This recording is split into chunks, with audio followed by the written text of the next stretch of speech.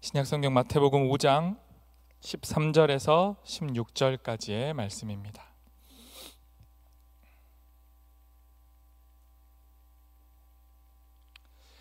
저 여러분이 한 절씩 교독하도록 하겠습니다. 제가 먼저 하나님 말씀을 읽습니다. 너희는 세상의 소금이니 소금이 만일 그 맛을 잃으면 무엇으로 짜게 하리요? 후에는 아무 쓸데없어 다만 밖에 버려져 사람에게 밟힐 뿐이니라.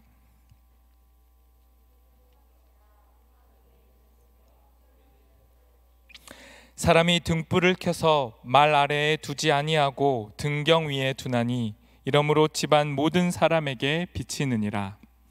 이같이 너희 빛이 사람 앞에 비치게 하여 그들로 너희 착한 행실을 보고 하늘에 계신 너희 아버지께 영광을 돌리게 하라.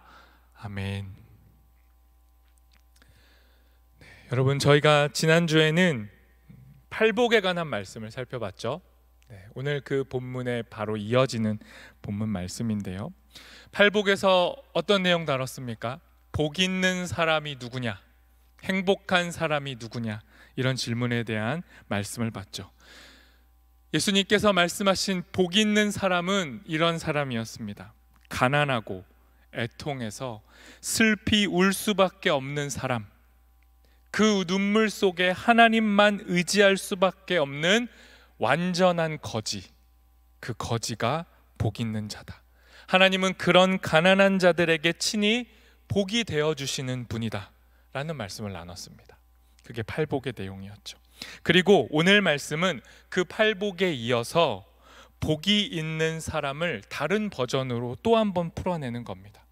오늘 본문이 말씀하는 복 있는 사람, 그리스도의 사람, 예수의 사람이 누구냐? 세상의 소금이고 빛이라는 거예요.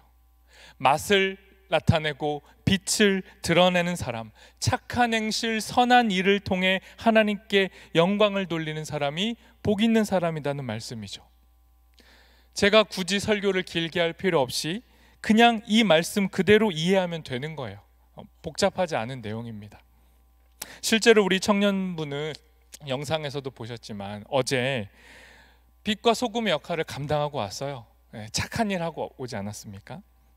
쪽방촌에 가서 연탄 나눔 봉사를 하고 왔는데요.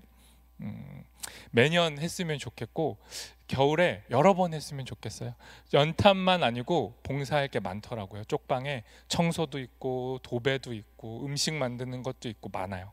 그런 같이 했으면 좋겠는데, 그런 착한 행실 같이 했으면 좋겠는데, 어제 쪽방촌에 다녀와서 제가 좀 느낀 게 있습니다. 일단 쪽방이라는 게 뭔지 설명해 주셨어요. 뭐냐면 하나의 방을 쪼개 놓은 거죠. 그래서 쪽방이에요. 한 사람이 쪼그리고 편히 다리 펴고 잘 수도 없는 채 1평이 되지 않는 공간이 쪽방인 거예요. 서울에 5대 쪽방이 있습니다. 종로구에 2개가 있고 용산에 있고 창신동에 있고 그리고 영등포에 있어요. 우리 영등포에. 보증금 없이 월세 25만 원 내면 살 수 있는 곳인 거예요. 근데 여러분 그거 아세요? 대한민국에서 제일 비싼 아파트 예전에는 뭐였습니까? 강남의 타워팰리스. 그것도 옛날 얘기죠. 요즘 최근인 건 모르겠어요. 근데 하여튼 최고로 비싼 아파트는 한남동 쪽에 방탄소년단이 숙소로 사용한 곳, 거기 제일 비쌌다고 하는데 거기가요 평당으로 계산하면 월세가 얼마냐면 25만 원이래요. 무슨 말이에요? 보증금을 낼 수 없어서 밀려서 쪽방에서 잘 수밖에 없는 그 취약한 자들이 지불하는 거주 비용하고 우리나라에서 가장 비싼 아파트에서 사는 거주 비용이 같다는 거예요. 누군 이걸 빈곤의 비즈니스라고 하더라고요. 가난한 자들을 이용한 비즈니스. 쪽방, 보증금 없어서 25만 원만 내면 됩니다. 말은 쉬워 보이는데 실제 어떻게 하는 거예요? 우리나라에서 제일 비싼 월세를 내게 만드는 거라고요. 가장 취약한 사람들한테. 그렇게 돌아가고 있는 게 쪽방이었던 거죠. 누가 쪽방에 갑니까? 여러분 쪽방에 갈 수 있겠어요? 여러분 고시원도 살기 버겁잖아요. 근데 고시원도 쪽방이랑 비교하면 고시원은 굉장히 좋은 곳이죠. 쪽방은요, 인생의 내리막 바닥에서 더 이상 갈 곳이 없는 사람들이 찾다가 자기의 선택이 아니라 선택지가 없어서 그걸 선택할 수밖에 없어서 가는 곳이 쪽방인 거예요. 이 쪽방촌 관리하시는 소장님이 말씀해 주셨어요. 대부분 가족으로부터도 버림받아야 온대요. 그러니까 가족이 없고 친구 없고 사회가 이들을 지워버렸을 때, 잊어버렸을 때 오는 게 쪽방인 거예요. 어떤 인터뷰한 이 쪽방에 사는 분은 그러더라고요. 말 그대로 창살 없는 감옥이라고. 이렇게 이리저리 밀리다가 찾아 들어가는 곳이 쪽방인데, 쪽방에서 밀리면 어디로 가요? 영등포 쪽방은 영등포역 딱 그 역을 끼고 형성돼 있어요. 근데 거기서도 밀리면 어디로 가냐면 바로 역전 앞에 그 영등포역 아시죠? 영등포역에 노숙의 길로 가는 거예요. 그나마 쪽방이라도 머리 누울 곳이 있었던 사람들이 거기서 밀리면 그냥 노숙을 하는 거예요. 길거리로 가는 겁니다. 그게 거기에 패턴이에요. 우리가 실제 봉사 갔을 때 그 쪽방촌 입구에 굉장히 즐거운 분위기에 이렇게 술자리가 몇 군데 벌어지고 있었어요. 막 신나서 술을 드시더라고요. 중간에 욕도 하시고, 그분들이 그 쪽방에도 들어가지 못하는 노숙하시는 분들이죠. 더 가슴 아팠던 건 쪽방 주민들이 그 노숙인들을 굉장히 싫어한대요. 그들이 거기 와 있는 게 너무 싫대요. 그러지 않겠어요? 그래도 쪽방이라는 자기 타운이 형성돼 있는데 거기에 노숙인이 와 있으니까 싫은 거죠. 이 사회의 단면과 구조가 그대로 거기에도 반복되고 있는 거죠. 이렇게 선택지가 없어서 쪽방에 들어간 주민들이 그러면 쪽방에서 잘 사냐? 그렇지 않대요. 오히려 쪽방에 들어온 이후부터 건강이 더 안 좋아진대요.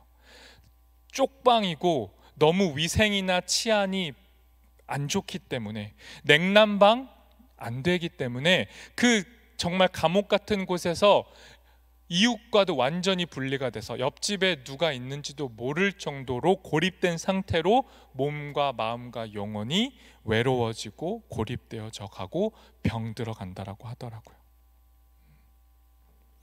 이런 곳에, 이 영등포 쪽방 이곳에 소금과 빛의 역할을 감당하겠다고 들어간 이들이 있었어요. 그분들이 그 쪽방에 있는 교회, 저희가 갔던 광야교회라고 하는 교회를 시작한 분들이죠. 그분들을 통해서 복음과 복지가 함께 들어가기 시작했고, 그래도 지금 그들에게 최소한의 복지 서비스가 제공되고 있는 거예요. 한마디로 그 어둠의 땅인 쪽방에도 빛과 소금의 역할을 감당하는 교회가 있고, 시민단체가 있고, 봉사자들이 있고, 그 착한 행실에 동참하자고 갔던 여러분이 있었던 거죠. 여러분이 그곳에 가서 빛이 되어주고 소금의 역할을 감당한 거예요. 저는 앞으로도 이 일이 계속되면 좋겠어요. 정말로 지속되면 좋겠어요. 더 할 일을 찾아냈으면 좋겠어요, 여러분이. 그런데 그 봉사 마치고 청년들하고 그 광야교회 지하에서 기도를 했거든요. 같이 기도했는데 그때도 마음이 좀 아팠어요. 왜냐하면 우리 착한 일 했습니다. 다음에 또 올게요. 계속해서 착한 일을 이어가겠습니다. 이런 아주 좋은 분위기로 마쳤으면 더 좋았겠지만 차마 저는 그렇게 기도할 수가 없었어요. 저를 안내해 주셨던 그 쪽방촌 상담소 소장님, 그분이 광야교회 집사님이에요. 근데 그분이 20살부터 광야교회를 시작했고, 그때부터 그 쪽방에서 가난한 이들을 도왔는데, 지금은 그 쪽방촌에 서울시와 연계된 민간 단체가 된 거죠. 거기에 소장을 맡고 있는데 20년 동안 그 교회에서 살아오시고 봉사하셨는데, 그분이 그러더라고요. 나 죽으면 이 일 할 사람이 없다. 우리 교회 청년들 없다. 누가 쪽방에 옆에 있는 교회까지 오겠냐. 좋은 교회 그렇게 영등포에 많이 있는데 우리 교회 젊은 사람 없다. 열심히 그때 쪽방에 들어와서 복음과 복지했던 사람들 다 늙었고, 우리 담임 목사님 이제 힘 없다. 지쳐버렸다. 이거 우리 어떻게 하냐, 그런 얘기 하셨어요. 더 나아가서 그렇게 열심히 했는데 그럼 그 주민들 쪽방에 변화가 있냐? 변화 없다. 술에 쪄들어 사는 사람들 그래도 복음을 전해가지고 교회에 왔는데 조금 있으면 다시 술 취해서 나가요. 복음을 영접하고 그리스도인이 된 것 같았는데 어느 순간 다시 노숙의 길에 가 있고 그 길에서 죽는다고요. 무연고자로 죽고 사라지는 일이 반복된대요. 아니, 그런 다른 것보다 뭔가 복음으로 기대함을 가지고 일하니까 더 빨리 지친다는 거예요. 그냥 돈 주고 먹을 거 주고 그냥 이렇게 하면 끝, 그건 덜 지치겠는데 이 복음으로 변화돼야 되지 않나? 하나님 살아있으면 능력을 좀 보여주셔야 되지 않나? 이런 기대감을 가지고 그 쪽방에 계속 버티고 있는 게 너무 힘들다고요. 그 얘기를 하시는 거예요. 그리고 이 일을 누가 이어가겠냐고. 청년들이 와서 이거 이어가면 좋겠는데 누가 이걸 자기 업으로 삼아서 여기 와서 이걸 하겠냐고. 그 얘기 하셨어요. 쪽방천 교회 봉사자들, 목사님 지치지 않았으면 좋겠습니다. 우리의 기도는 그 기도겠죠. 지치지 않도록. 그리고 지쳐도 당연히 지치겠죠. 지쳐도 그 암담한 상황 속에 그분들은 빛과 소금임을 망각하지 않으시기를, 그 자체로 이미 빛나고 있음을 기억하고 끝까지 그 일을 감당하시기를, 그게 저한테 기도가 터져 나왔어요. 우리도 할 수 있는 최소한의 것을 함께 해야겠죠. 그분들과 함께. 그런데 계속 질문할 수밖에 없었어요. 하나님 진짜 복음이 뭡니까? 하나님 복음이 이 쪽방을 변화시킵니까? 하나님 복음이 뭡니까? 열심히 좋은 일하고 착한 행실을 하고 빛과 소금이다라는 뿌듯함을 가지고 돌아온 청년들한테 이렇게 어두운 얘기를 해서 너무 죄송해요. 그런데 오늘 말씀이 막연히 우리에게 빛과 소금으로 살아라, 좋은 일 하면서 살아라, 착하게 살아라 라고만 말씀하고 있지 않아요. 너무 유명한 말씀이고 너희는 세상의 빛이다 소금이다 라는 건 비유잖아요. 비유. 많은 의미를 포착하고 있는 짧은 문장인데 우리는 이 비유를 더 이상 비유로 듣지 않아요.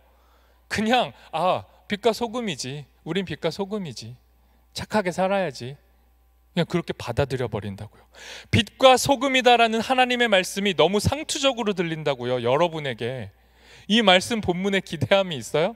뭐 새로운 내용이 보여요? 그냥 착하게 살란 얘기구나, 그렇게 들린다고요. 그런데 그 너머의 의미가 담겨 있다는 걸 우리 잠깐 한번 살펴봅시다. 말씀 통해서 13절 말씀 한번 볼까요? 오늘 개역개정으로 13절 보면 의미가 잘 안 나와요. 그래서 새 한글이라고 비교적 최근에 또 번역된 가장 따끈따끈한 새로운 번역이 있어요. 새 한글 성경이라고 있는데 저걸로 한번 읽어보겠습니다. 오늘 보면 13절 새 한글로 다시 읽어보겠습니다. 제가 읽겠습니다. 바로 여러분은 땅의 소금입니다. 소금이 그 맛을 잃어버리면 무슨 수로 짠맛을 되찾겠어요. 아무데도 더는 쓸모없어서 오직 밖에 버려져 사람들에게 마구 짓밟힐 뿐입니다. 뭐라고요? 여러분 뭐라고요? 여러분은 세상의 소금, 원어로 번역하면 무슨 소금? 땅의 소금. 이 땅을 살아가는 게 여러분이라고요. 이 땅의 소금이 여러분이라고요. 근데 소금이 맛을 잃으면 아무 의미가 없는 거예요. 소금은 짠맛이 본질이라고요. 근데 그 맛 없으면 살아있으나 무가치하고 무의미하다고요. 무섭게 말씀하는 거예요. 예수님이 버려진다고. 너희는 소금인데 소금의 맛을 잃으면 너희는 버려지는 거라고. 너희를 진짜 지옥불에다 던져 버리겠다는 그런 협박이 아니에요. 여러분이 그리스도인으로 예수 믿는다라고 살아가지만 맛을 잃으면 여러분은 살아도 사는 게 아니라고요. 그 말이에요. 지옥에 보낸다는 건 아니에요? 안심이 되네요. 이렇게 받아들이시면 진짜 너무 속상합니다, 여러분. 14절, 15절도 새 한글로 읽어봅시다. 똑같은 표현인데 버전을 바꾼 거예요. 제가 읽겠습니다. 바로 여러분은 세상의 빛입니다. 산 위에 자리한 도시는 감춰질 수 없습니다. 또 사람들은 등잔불을 밝혀서 그것을 바가지로 덮어두지 않습니다. 등잔대 위에 올려둡니다. 그러면 그것이 집에 있는 사람들 모두에게 빛을 비춰줍니다. 팔복의 사람들, 가난하고 눈물 흘려도 복된 사람들, 하나님만 의지하는 사람들, 그들이 복이 있다. 다른 버전으로 너희는 소금이고 빛이니까 복된 자들이다. 그런 말씀 속에 우리를 빛이라고 또 말씀하시는 거예요. 근데 빛의 속성이 뭐예요? 빛은요, 감춰지지 않는다는 거예요. 오늘 뭐라고 말합니까? 산 위의 도시, 그 당시에 폴리스, 그 당시의 도시는요, 산 위에 위치하는 거예요. 예루살렘도 산 위에 있었고요. 산 위에 있는 도시들이니까 감춰지지가 않아요. 빛이 드러나는 거예요. 그런 것처럼 산 위에 자리 잡은 도시처럼 너희가 빛이라면 감춰지지 않아.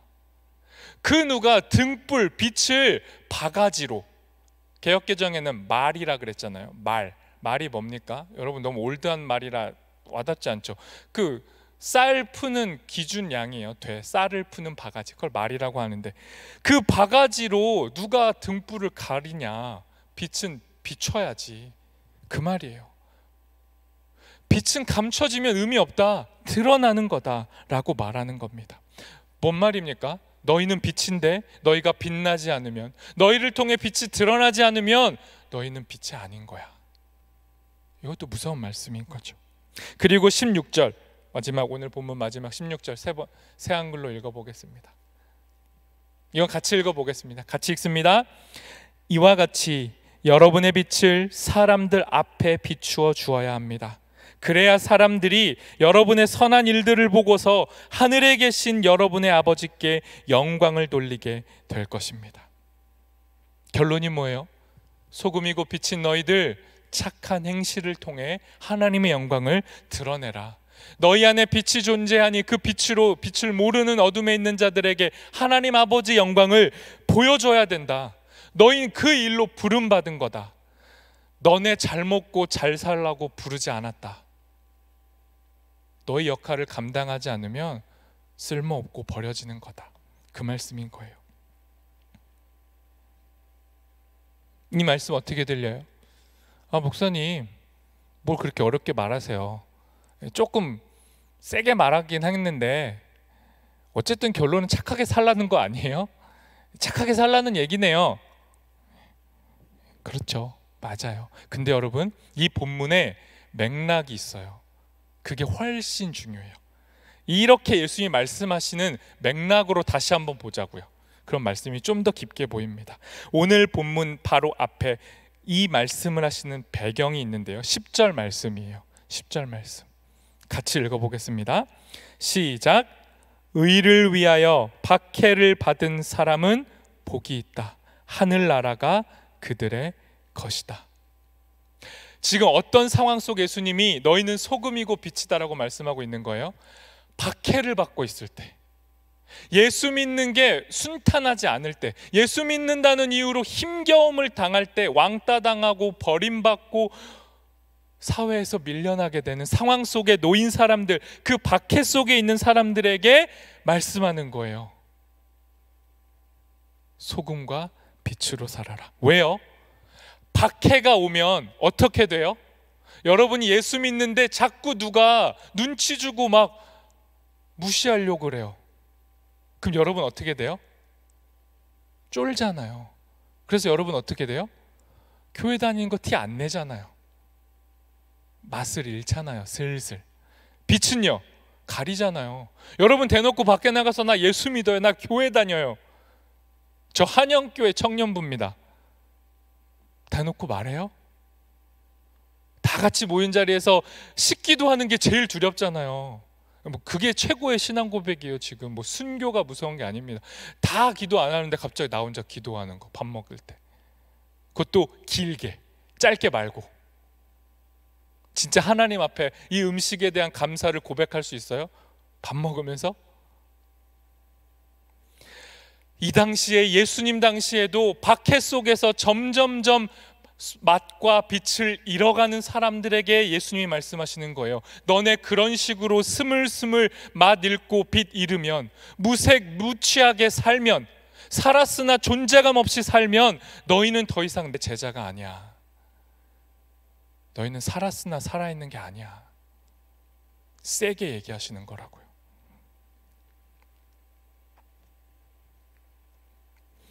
주님의 말씀은요, 보잘것없는 인생, 가난하고 애통하고 슬피 우는 자들에게도 복이 있다라고 말씀하시고, 오히려 그들이 진짜 복된 자들이라고 말씀하시는 겁니다. 더 나아가서 예수의 사람, 정말 신앙인은 감출래야 감춰지지 않는 맛, 감출래야 감춰지지 않는 빛을 본질로 간직하고 있는 소금, 빛 그 자체인 덩어리라고 말씀하는 거라고요.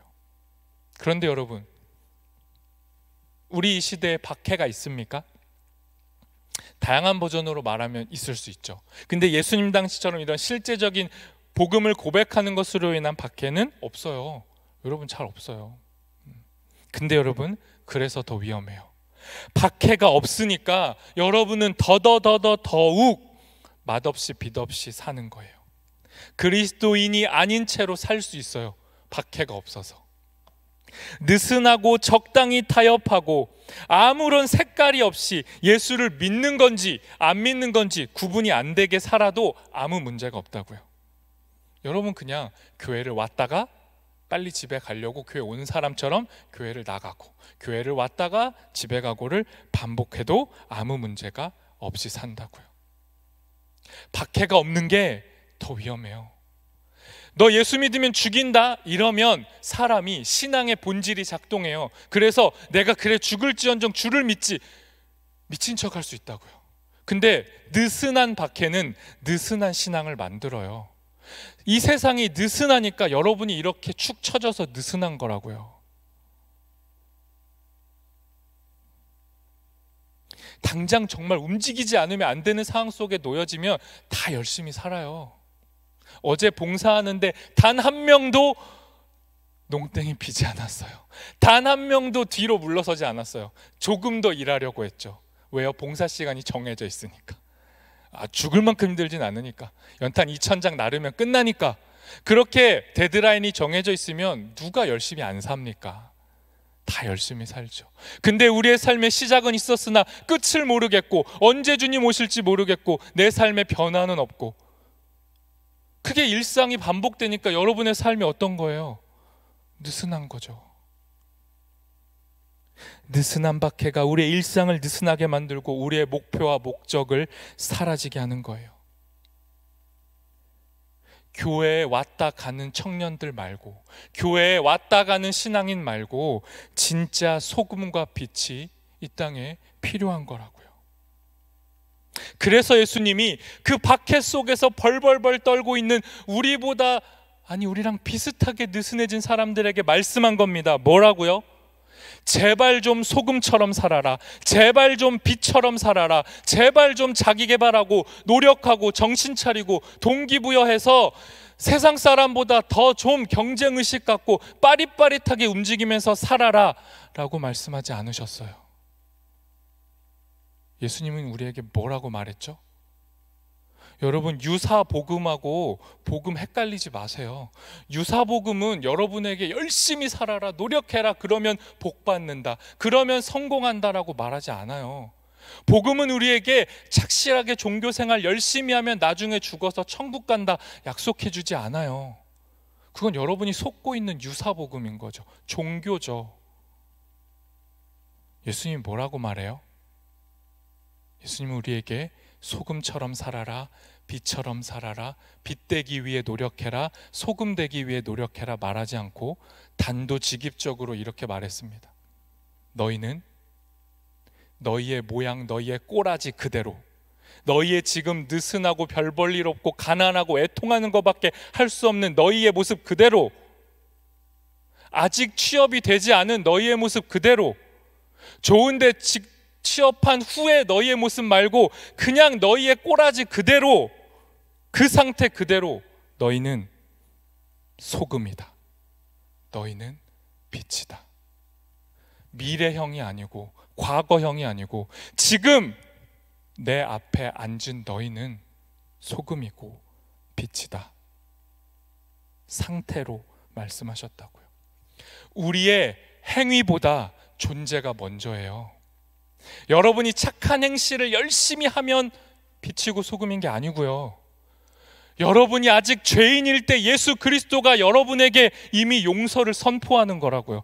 여러분이 눈물 흘리면서 회개하고 잘못했다고 하나님 앞에 엎드릴 때 구원받는 게 아니고, 여러분이 여러분 마음대로 지금 이 모습 그대로 제멋대로 사는데, 여러분은 여전히 여러분의 인생의 주인이잖아요.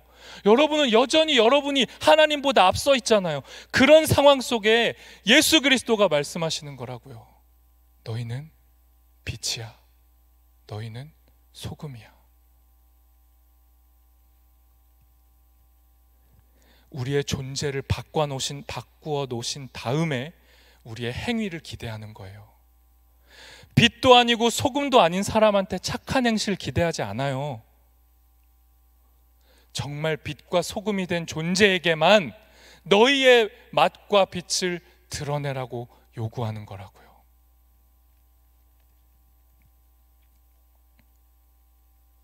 여러분 기억하십시오.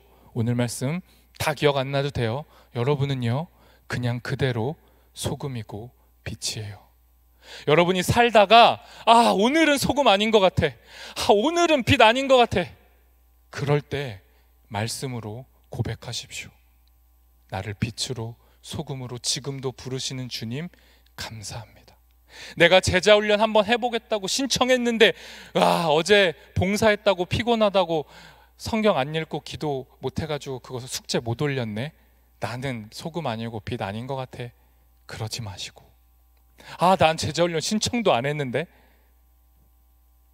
괜찮으니까 여러분 제발 여러분의 삶에서 쪽방과 같은 여러분의 삶을 쭈그러뜨리고 억압하는 바꿀 수 없는 구조가 여러분을 짓누를 때 제발 복음 아닌 소리에 지배당하지 마시고, 그 밖의 상황 속에 예수님이 빛이다, 소금이다 라고 말씀하신 그 말씀이 여러분을 지배하시기를 간절히 소망합니다.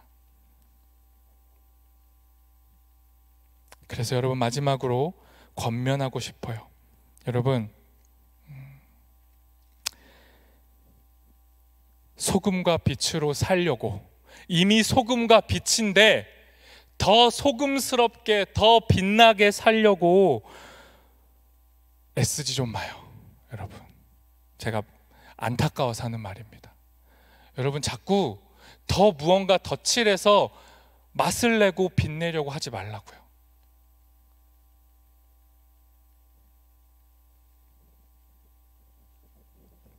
여러분, 하나님이 세상 창조하실 때 뭐라고 했는 줄 알아요? 이번 제자훈련 하고 있는 분들 창세기 1장부터 읽었잖아요. 하나님 첫 말씀이 뭐였어요? 하나님이 세상을 창조하시고 첫 말씀이 뭐였냐고요?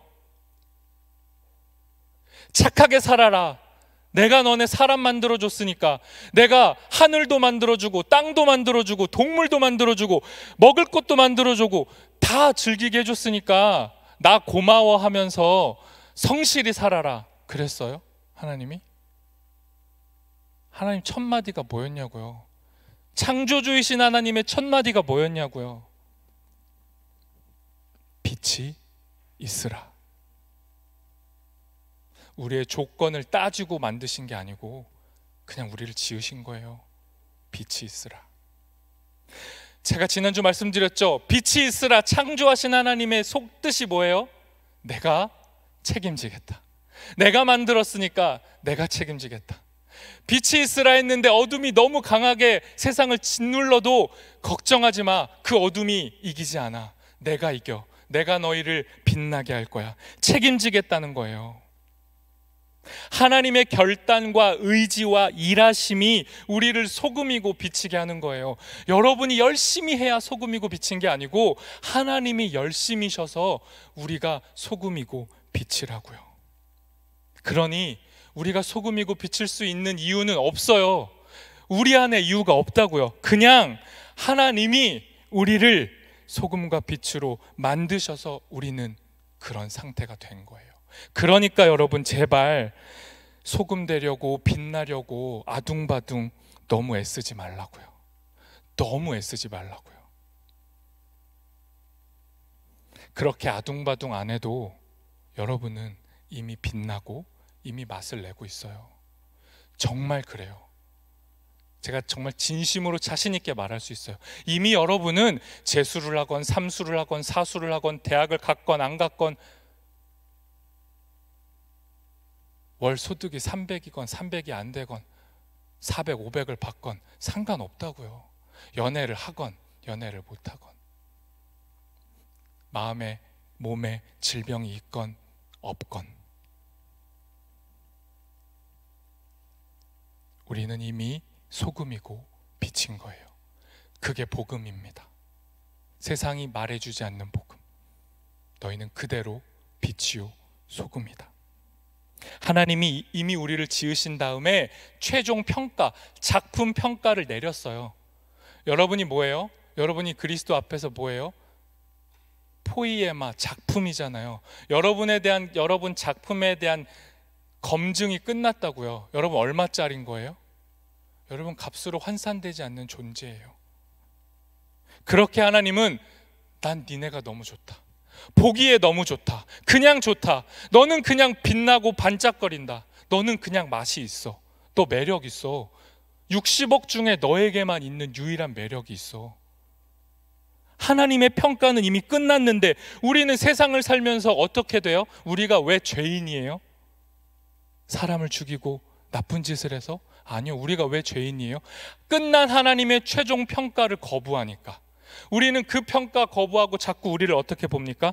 우리는 아직 아니야. 나 아직 아니야. 나 더 예뻐질 수 있어. 나 요거 조금만 고치면 더 예뻐질 수 있어. 나 조금만 더 노력하면은 조금 잘나질 수 있어. 내가 조금만 더 노력하면은 조금 더 좋은 사람과 결혼할 수 있어. 내 가치가 타인으로 인해 조금은 더 포장될 수 있어.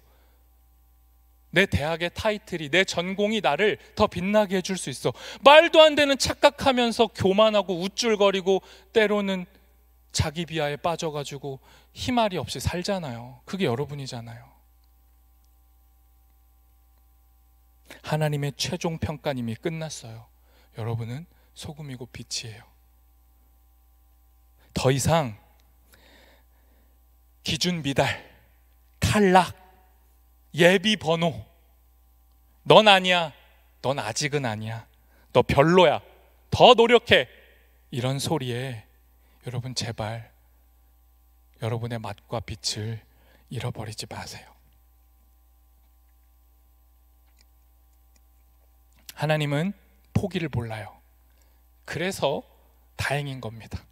여러분은 이 설교를 듣고 이렇게 또 말씀을 대면해도 저문 나가면 또 무색무취 무미하게 살 거잖아요. 근데 하나님은 포기를 몰라요. 그래서 2000년 전에도 제자들에게 말씀하셨고 오늘도 우리에게 말씀하는 겁니다. 너희는 이 땅의 소금이다. 너희는 세상의 빛이다.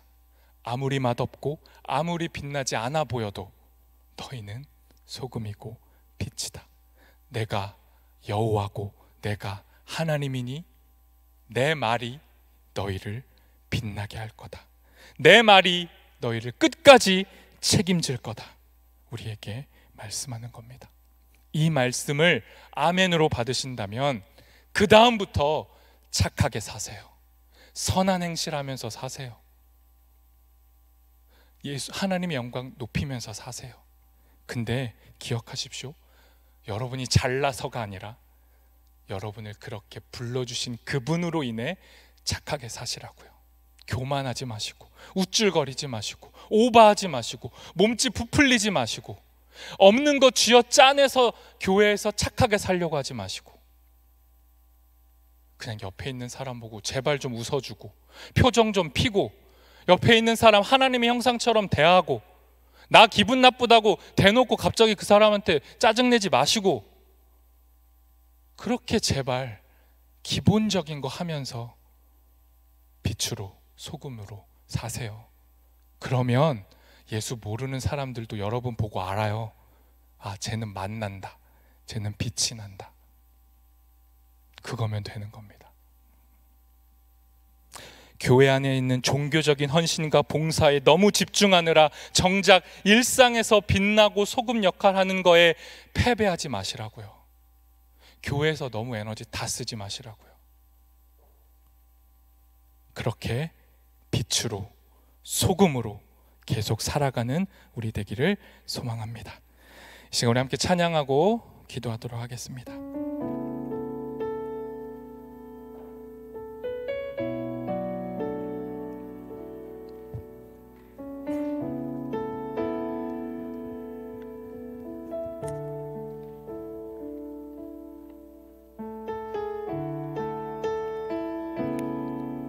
여러분, 이 찬양 고백하면서 여러분이 소금과 빛으로 살 수 있는 길 딱 하나밖에 없습니다. 믿는 거예요. 믿음이에요. 마음으로 와닿을 때? 아니요. 믿는 거예요. 그냥 내 감정과 내 의지와 내 상황을 믿는 게 아니고, 오늘 마태복음 5장 13절에서 16절 말씀하신 말씀을 믿는 거예요. 너희는 조건 없이 세상의 소금이고 빛이다. 믿는 거라고요. 거기서 시작하는 거예요. 믿음 달라고. 이 찬양 가사로 고백하도록 하겠습니다. 같이 고백합시다. 내게 허락하신 시련을 통해 나의 믿음 더욱 강하게 자라나고, 험한 산과 골짜기 지나는 동안 주께 더 가까이 나를 이끄시네. 내가 겪는 시험이 어렵고 힘겨워도 내 주님보다 크지 않네. 내 앞에 바다가 갈라지지 않으면 주가 나로 바다 위 걷게 하리. 나는 믿네. 주의 능력으로 내 삶 새롭게 되리. 나는 믿네. 주의 능력으로 담대히 나가리라. 주와 함께 싸워 승리하리라. 날마다 믿음으로 나 살아. 내게 허락하신 시련을 통해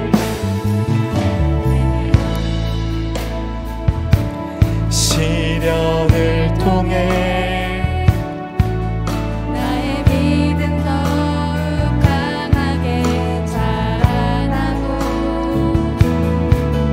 험한 산과 골짜기 지나는 동안 주께 더 가까이 나를 이끄시네. 내가 겪는 시험이 어렵고 힘겨워도 내 주님보다 크지 않네. 내 앞에 바다가 갈라지지 않으면 주가 나로 바다 위 걷게 하리. 나는 믿네. 주의 능력으로 내 삶 새롭게 되리. 나는 믿네. 주의 능력으로 담대히 나가리라. 주와 함께 싸워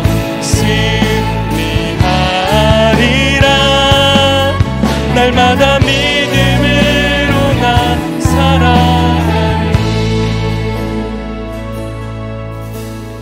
여러분, 이 시간 주신 말씀 기억하며 하나님 앞에 이렇게 기도하겠습니다. 하나님, 주님의 말씀은 변함없이 선명하지만 우리의 삶의 자리는 우리의 길을 막고 있는 바다처럼 너무 견고합니다.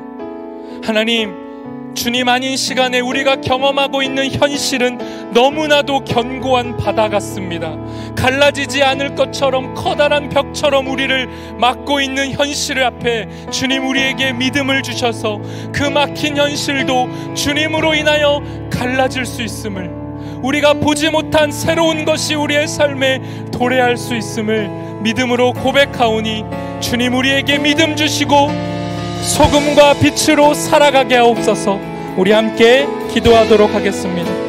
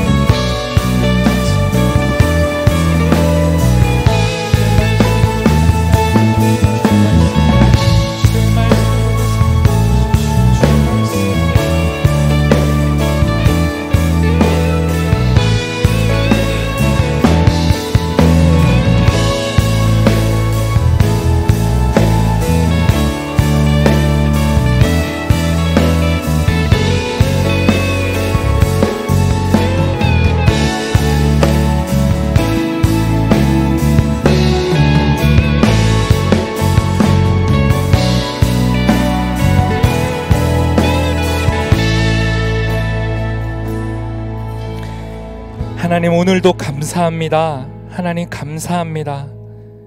하나님 우리에게 또 말씀해 주셔서 감사합니다. 너희는 소금이고 빛이다. 조건 없다. 이유도 없다. 너희는 소금이고 빛이다.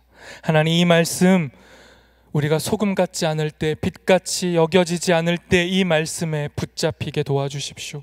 이 말씀으로 끝까지 우리의 삶, 우리의 착한 행실을 통해 우리에게 이미 허락하신 그 빛을 통해 하나님 아버지의 영광 드러내며 살아가는 우리 모두 되도록 인도하여 주옵소서. 예수님의 이름으로 기도합니다.